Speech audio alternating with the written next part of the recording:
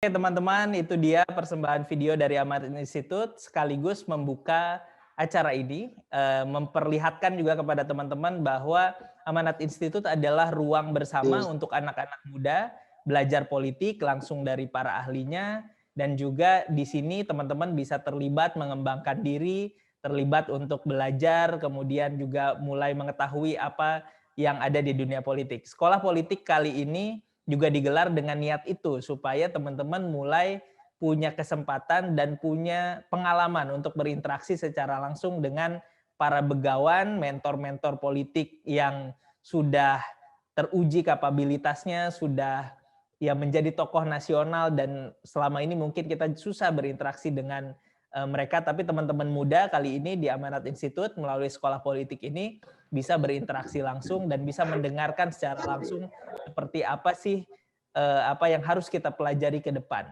Nah, bersama kita sudah hadir Pak Zulkifli Hasan, Wakil Ketua MPR RI sekaligus Ketua Umum DPP Partai Amanat Nasional, yang akan memberikan kepada kita berbagai macam hal gitu ya. Karena saya kalau diskusi dengan Pak Zul, anak muda ini boleh cepat, boleh punya energi, boleh punya inovasi, kreativitas, tapi kadang-kadang kita juga kalau ditanya bangsa ini harus kemana, ya kadang-kadang butuh nanya juga sama yang sudah lebih paham. Nah untuk itulah hari ini kami mengundang Pak Zul untuk berbicara tentang nasionalisme, patriotisme, dan kepemimpinan bangsa.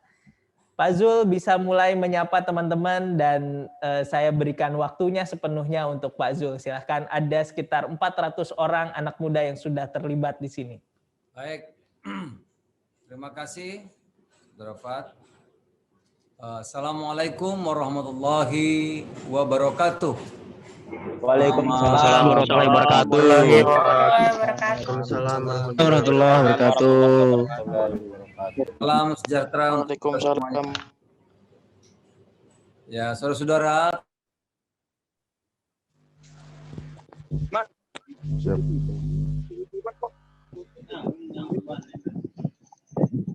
Suaranya nggak kedengaran, Mas. Halo. Di tengah pandemi, sudah terdengar suara saya? Sudah. Baik.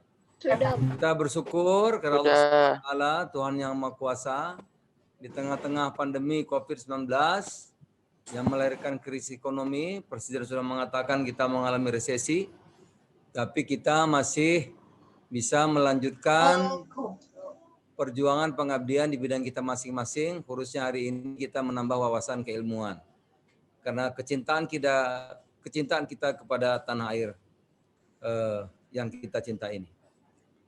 Saudara-saudara, tentu pertama-tama saya ucapkan selamat atas bergabung dan mengikuti proses pendidikan di sekolah politik milenial, ya, kolaborasi Amanat Institute dan Milenial PAN. Di tengah-tengah politik yang semakin pragmatis dan kering dari perjuangan tentang nilai-nilai, sekolah politik milenial ini adalah oase yang menyegarkan kita untuk kembali pada ide, gagasan, dan tradisi intelektual dalam berbangsa bernegara.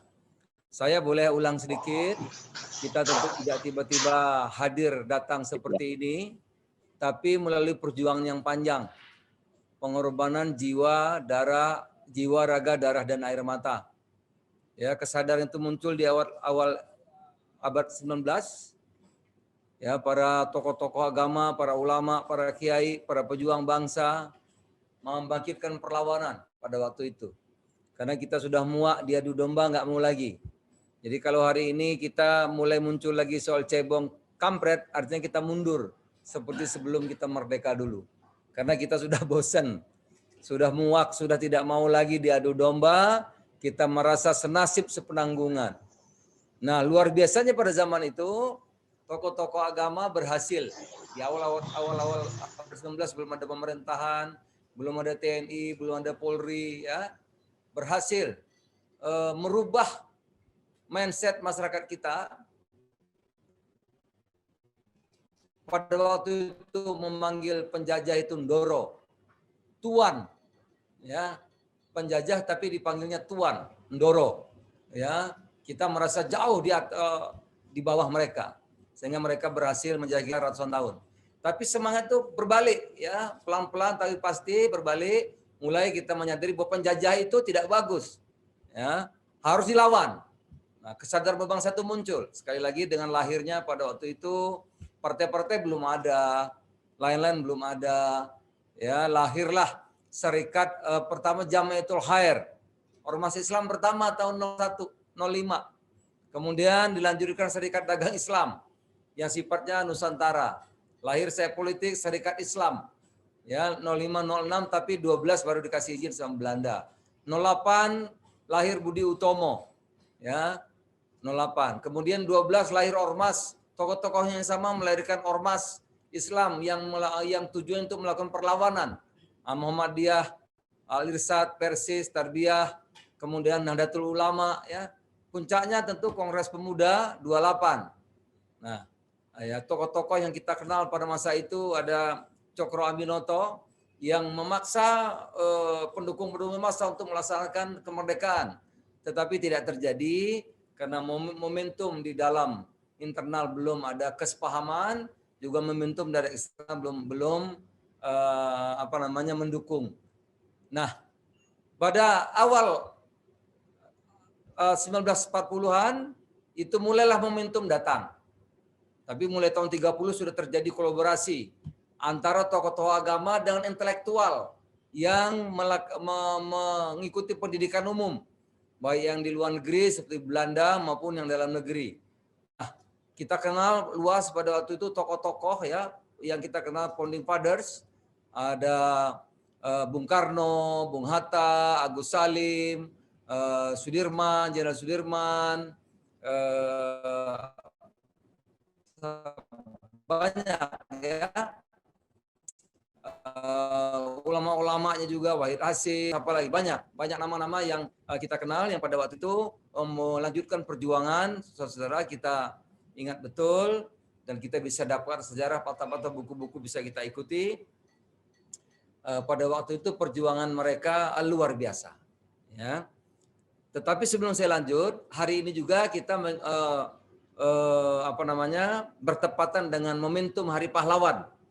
Oleh karena itu sekali lagi saya ingin angkat cerita ini. Pendiri bangsa pada waktu itu atau generasi-generasi yang mengandalkan intelektual, terdidik, ya, orang-orang dengan pikiran besar yang melampaui zamannya. Nah, terdidik intelektual melampaui zamannya. Kalau kolaborasi antara tokoh-tokoh agama dan para intelektual itu menghasilkan sesuatu yang dahsyat sekali. Pada waktu itu, ya tentu beda dengan sekarang. Sekarang ini semua mau cepat. Kita tahu demokrasi itu harusnya menghasilkan kesetaraan. Dalam teori demokrasi itu menghasilkan kesetaraan, keadilan, ya harmoni. Kita lihat misalnya di Eropa dan sebagainya. Tetapi hari ini demokrasi kita menghasilkan kesenjangan, menghasilkan cebong dan kampret. Bahkan baru terpilih, ini pilpres, pileg baru terpilih, tapi terjadi demo besar-besaran. Tentu ada deviasi, ada penyimpangan yang terjadi. Tentu nanti kita akan bahas selanjutnya. Saudara-saudara, tadi kita mengenal Bung Karno, Bung Hatta, ya, Agus Salim, ya, dan sebagainya, banyak sekali tokoh-tokoh yang orasi-orasinya penuh dengan gagasan dan narasi besar tentang bangsa yang merdeka. Jadi narasi-narasinya itu luar biasa, pidatonya membangkitkan semangat yang luar biasa. Nah, tapi sekarang kita lihat di medsos di mana-mana narasi-narasinya itu penuh kebencian. Hobi satu dengan yang lain saling menyakiti. Itu ya. Apa yang terjadi tentu nanti ada Bung Fahri Alia itu ya. Oh, terima kasih Bung. Lama nggak jumpa. Aduh, mesti pingpong lagi kita. Saya main pingpong hobi, tapi tidak pernah bisa mengalahkan Bung Fahri Ali. Jadi kalau pingpong kalah terus sama beliau ini. Nah, kalau yang lain saya bisa kalahkan, tapi Bung Fahri saya nggak pernah bisa menang. Kenapa? Servisnya yang muter itu. Dia kalau ngasih servis bola, kita nggak bisa balik lagi bolanya. Terima kasih Bung, terima kasih sudah bergabung. Nah, saudara-saudara, kemudian kita mencari puncak kemerdekaan pada waktu itu. Bayangkan bangsa yang baru merdeka atau sebelum merdeka, setelah kemerdekaan, gagas-gagasan yang kita dengar itu luar biasa. Kita sudah mendengar diskusi yang biasa soal-soal HAM, ya, soal humanity, soal kemanusiaan itu. Padahal bangsa lain di dunia lain, di luar sana, bangsa-bangsa lain baru merumuskan soal HAM ini, bicara soal HAM ini 20 tahun kemudian. Tetapi kita sudah bicara mengenai HAM, kemanusiaan itu sudah sesuatu yang biasa, hari-hari dibicarakan. Oleh karena itu, ilmu dan tradisi intelektual yang kuat, serta penguasaan berbagai bahasa, pada waktu itu kita kenal Agus Salim misalnya, Bung Karno, menguasai berbagai bahasa. Agus Salim itu kalau saya nggak salah 9 bahasa ya. 9 bahasa dia kuasai, luar biasa pada waktu itu. Misalnya pidato Bung Karno di Konferensi Asia Afrika di depan sidang PBB menegaskan pengaruhnya sebagai tokoh dunia yang menginspirasi. Bung Karno pidato di Konferensi Asia Afrika yang memberikan inspirasi hampir berpuluhan negara merdeka yang akibat inspirasi yang disampaikan oleh Bung Karno itu luar biasa. Ya, ada Mesir, Tunisia, India, Vietnam, bangsa-bangsa lainnya merdeka setelah kita tentunya. Bung Hatta, saudara-saudara, bukan sekedar wakil presiden pertama. Jauh dari itu, Bung Hatta adalah seorang intelektual yang masyhur dengan gagasannya tentang tatanan ekonomi dunia yang lebih berkeadilan. Ketika menjadi mahasiswa di Rotterdam, Belanda, Bung Hatta dikenal dengan gagasan cemerlangnya tentang koperasi dan keadilan. Jadi zaman itu pemimpin-pemimpin politik, tokoh-tokoh kita bicaranya luar biasa. Sudah bicara ekonomi, kesetaraan, keadilan, humanity, HAM, dan seterusnya. Bung Hatta menyampaikan gagasan demokrasi ekonomi atau disebut dengan welfare state. Itu tahun 48 di tempat kita bayangkan. Sudah bicara Bung Hatta demokrasi ekonomi tahun 48. Yang bangsa-bangsa lain bicara ini mungkin 30 tahun kemudian. Tapi kita sudah mendahului itu. Kemudian bicara mengenai tatanan ekonomi yang berkeadilan tahun 40-an, 48. Dunia tahun 70-an baru bicara mengenai hal itu.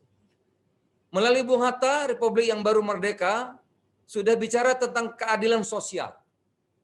Sebuah konsep besar yang baru diikuti negara-negara lain di dunia 20 tahun setelah Indonesia merdeka.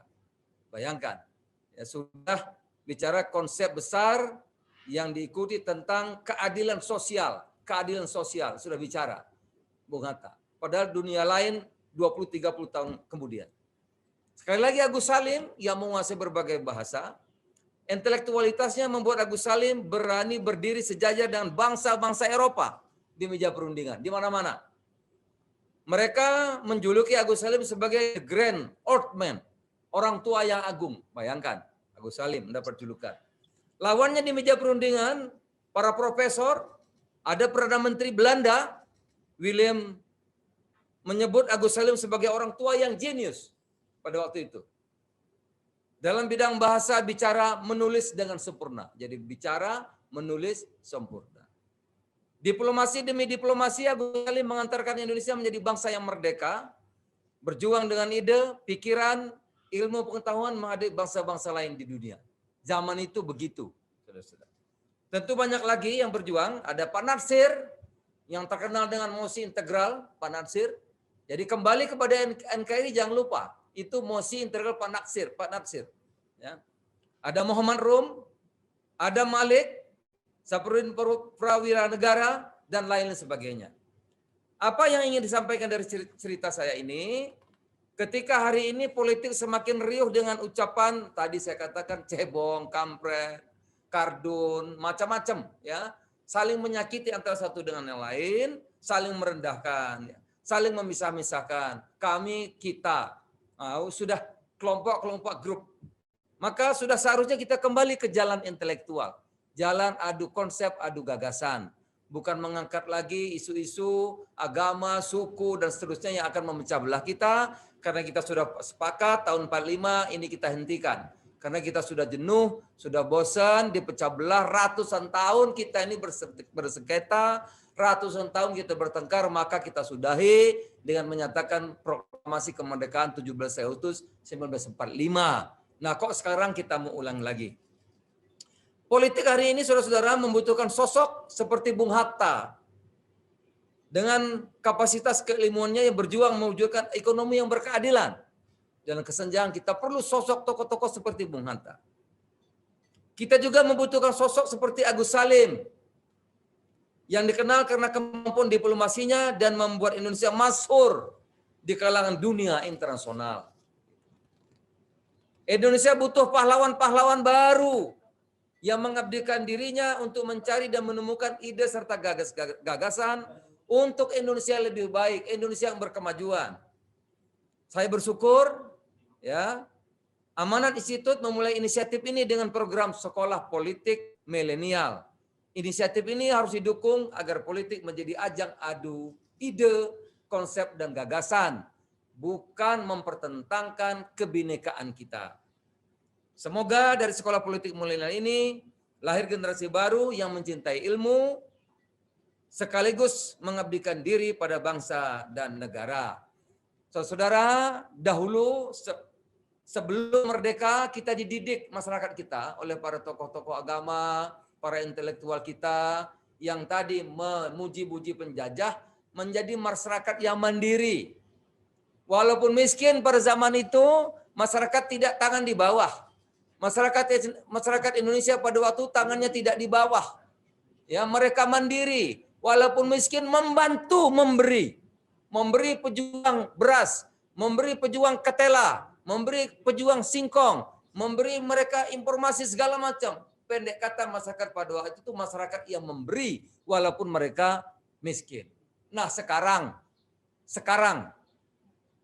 dalam demokrasi yang harus menghasilkan kesetaraan, keadilan, keharmonian, sekarang menghasilkan pertentangan, menghasilkan kesenjangan. Apa yang terjadi? Ada deviasi tadi saya mengatakan. Ya, ada penyimpangan. Di mana? Di mana penyimpangannya? Mulai kita mengabaikan value, nilai-nilai. Padahal kuncinya demokrasi, ya setiap orang punya hak suara, itu kuncinya adalah moral, value, nilai-nilai. Nah, kalau nilai-nilai diabaikan, yang kandidat yang penting saya menang, cara apapun dilakukan. Masyarakatnya yang penting saya dibayar.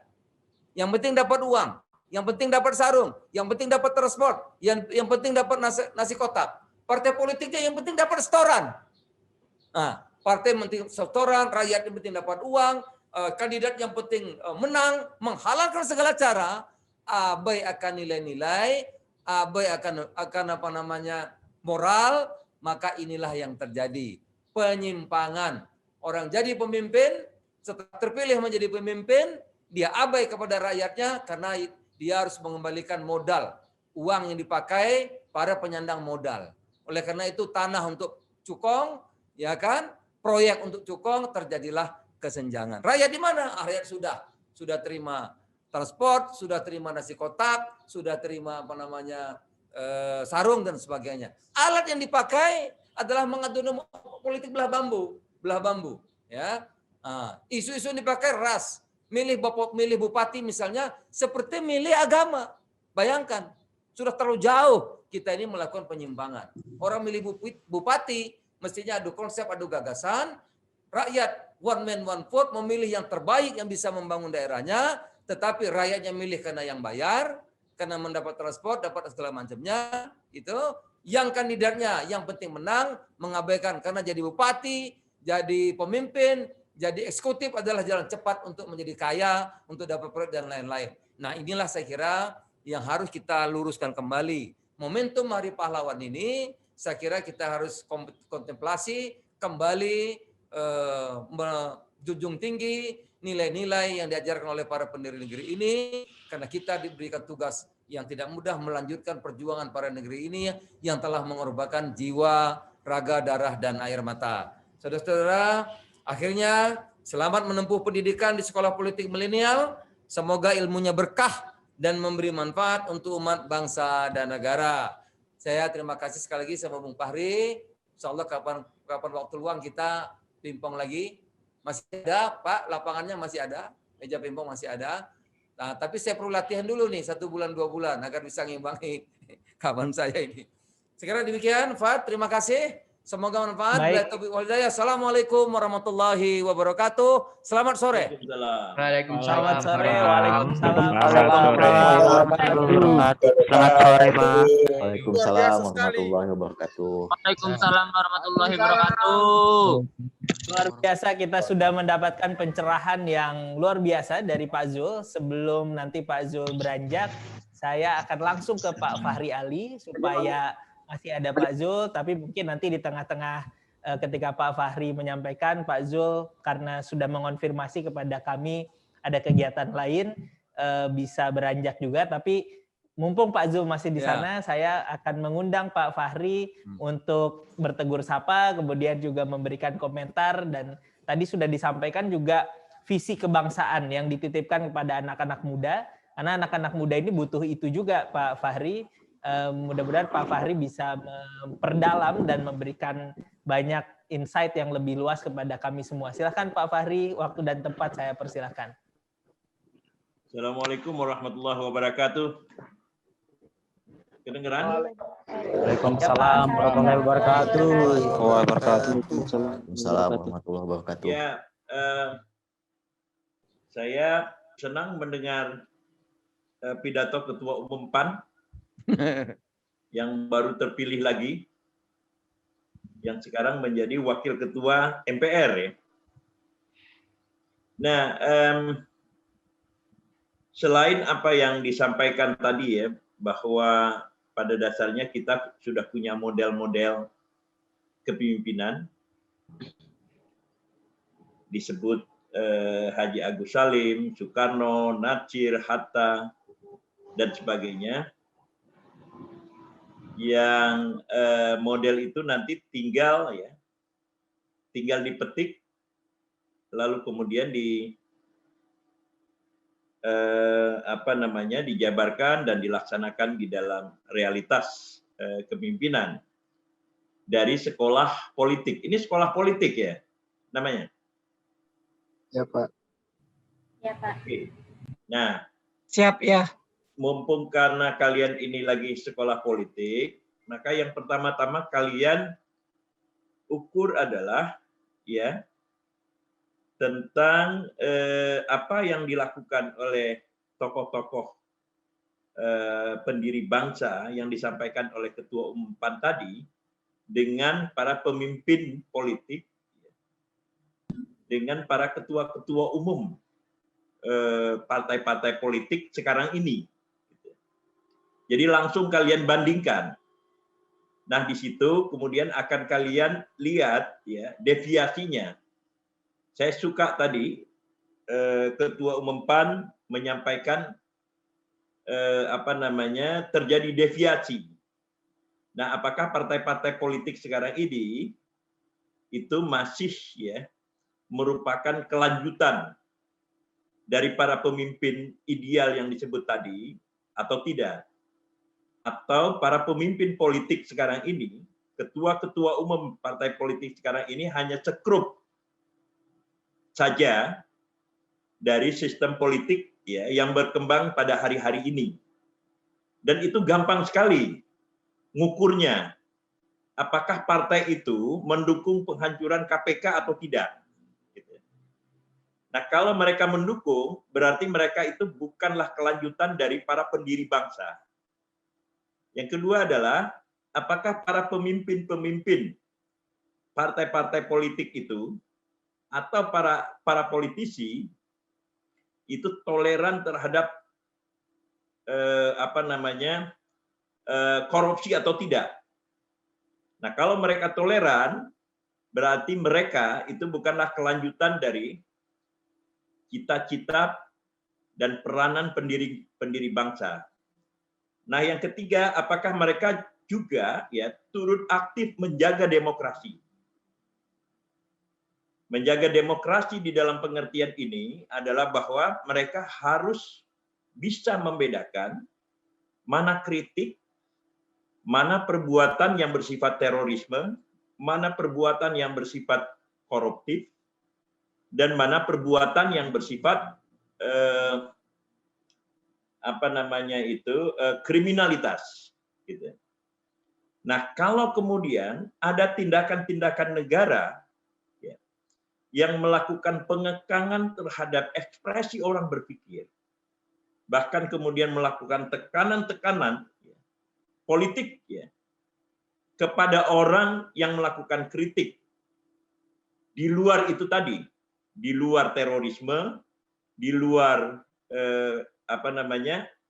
di luar korupsi, di luar kriminalisme, berarti mereka itu bukan pejuang demokrasi.